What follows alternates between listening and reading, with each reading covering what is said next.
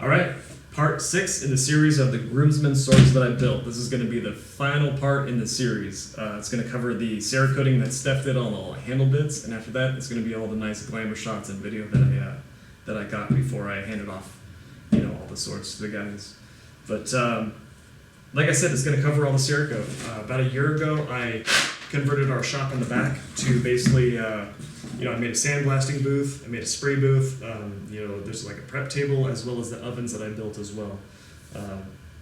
And Steph, in that past year, has kind of been rocking the Cerakote. I'll go in there and I'll sandblast the parts and hand them off to her. She'll mix all the Cerakote, the hardeners. She'll dial in her gun, spray all the parts, and then I'm basically kind of there as a little helper to go like grab the part and hang it in the oven, grab the next part, hand it to her. But yeah, I don't think I have footage of the secondary coats that she did. I have all of her, doing the primary coats. But she did these really cool secondary coats that make all the textures pop. In the final glamour pics, you'll see what I'm talking about. But anyways, hope you guys liked the series. I know y'all wanted longer videos. Hopefully these weren't too long. Hopefully they were in depth enough. Like I said, if you guys have any questions, let me know. Other than that, we'll just hop into it. Like I said, final episode, part 6, the Cerakote and glamour pics. Hopefully you guys enjoy. Take care. All right, and here we go. These are the parts that get Cerakoted. Last we left off seeing them, they already got all counterbores done, all the texturing is done, all the bevels are done. I acetoned off as much of the Sharpie that I could. But essentially the sandblasting will take care of that, and then we do an acetone bath after the sandblasting as well. So, and I know there's not the best angles that I can get with this sandblasting cabinet, but bear with me, just trying to get the point across. The key for Cerakote, especially on the sandblasting side of it, is to get a good adhesion.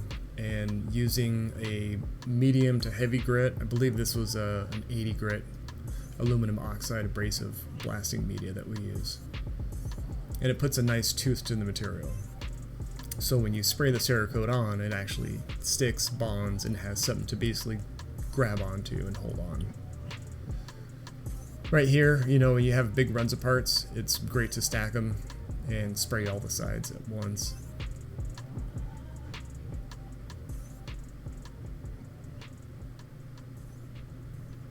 But yeah, the sandblasting cabinet is from Harbor Freight. It's one of their smaller cabinets, enough for me to get some good sized parts in there. And did quite a few modifications to it. Have a dust collector hooked up to it with the shop vac,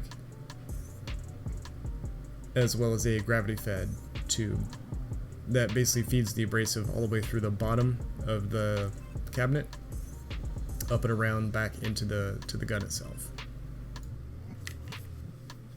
Can't recall the PSI I'm shooting at, but it's probably around the 90 to 100 PSI, just to get that abrasive flowing through. But so far it's been a great cabinet. Had it for about a year now, a little over a year. Held up great, and just trucks through the media.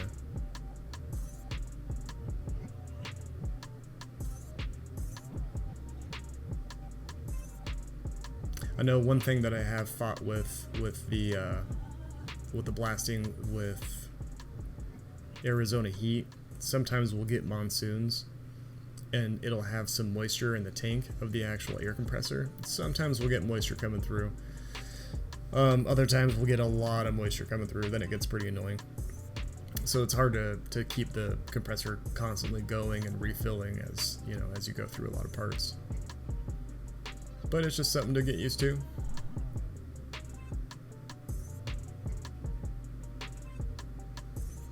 Again, not the best angles.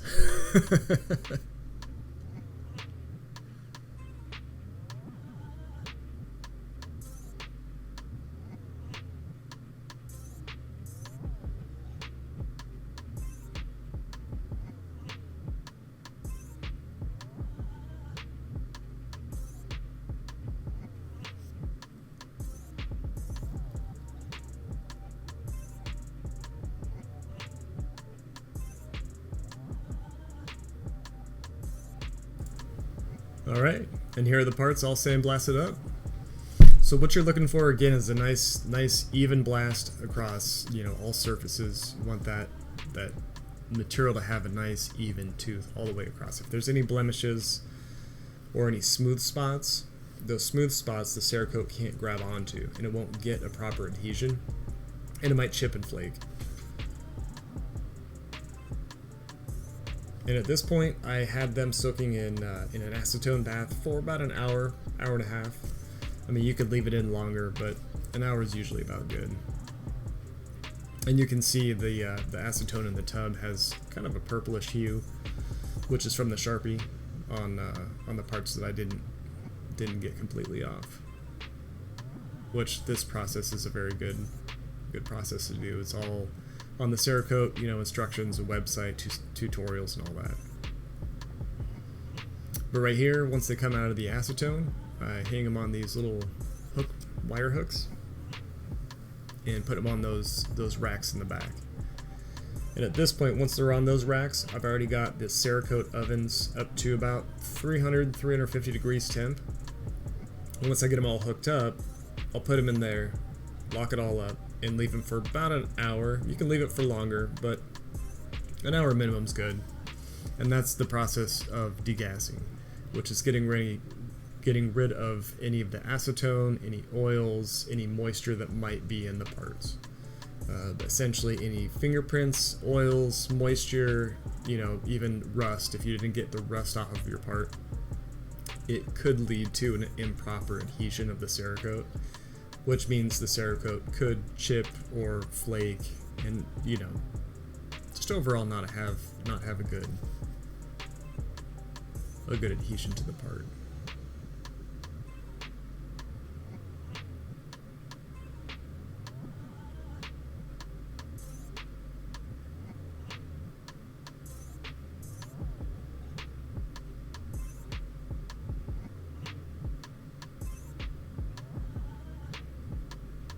I've got one more rack right over the camera, hanging them up there.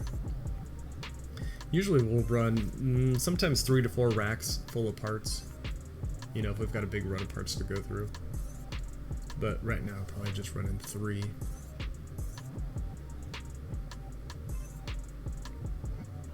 Because the last thing you want is, after you spray, is the parts to kind of wind chime into each other and touch each other, and then you've got blemishes on your parts, which you don't want. So there we go.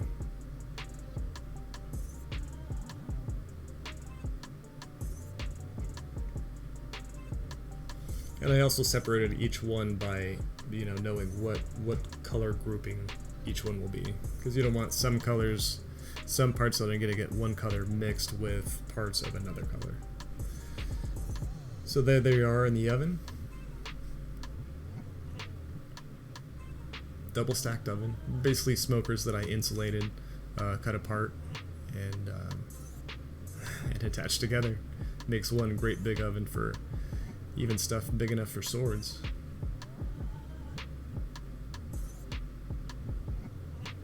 Locking them all up, letting them sit.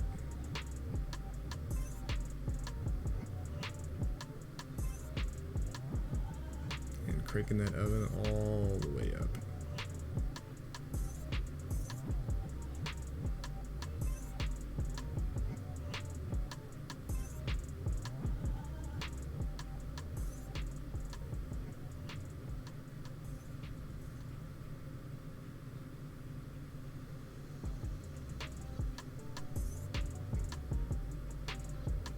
Alright, and here's Steph working her magic. Again, we've got like a little rhythm going on. You know, I'll hand her a part, she'll spray it, and then I'll take that part from her, hang it back up on a rack, and then move on to the next one. And here's all the gold ones that she sprayed. Really nice even coats. She does a great job.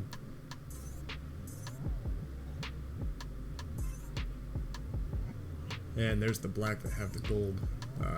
Like I said, I didn't get footage of that, but she did a nice gold wipe over the black. and man, does it make it pop. She also does a burnt bronze over the gold parts, which gives it like a nice texture to it.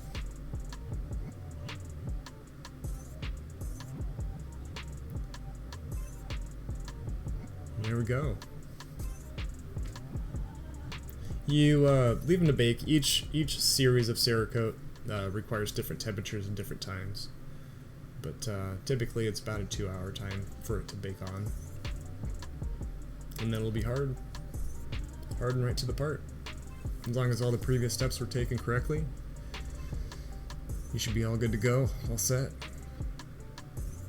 And here they're all finished up. The gold, as you can see, that burnt bronze she wiped over it.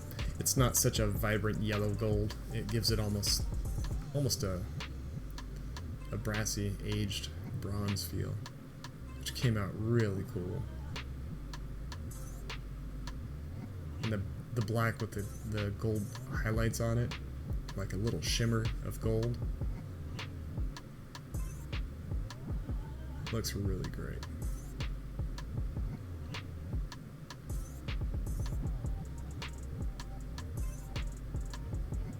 Alright, and this is the final assembly. Well, I won't sit here and go through all 5 parts. I'm just going to go ahead and assemble this one. But yeah, it's been a really great process shooting these videos, you know, documenting everything. Like I said, I know people in the past have said the videos were too sped up, didn't have enough time to talk. I mean, these ones almost feel like there's too much time just sitting and not talking. Which is why I say if you guys have any questions, definitely hit me up, let me know. But yeah, making these 5 swords was fun. Recording all the processes was great as well.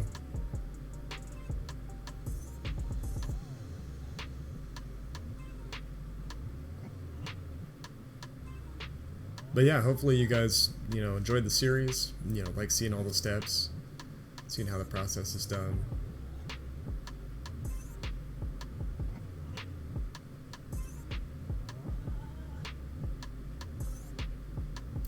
You know what? I didn't get pictures of all of us holding our swords, or even when I brought them to the guys. But they were definitely ecstatic to see everything. They were kind of expecting just the typical flask with your name engraved on it. I was like, nah, no, I gotta do better than that.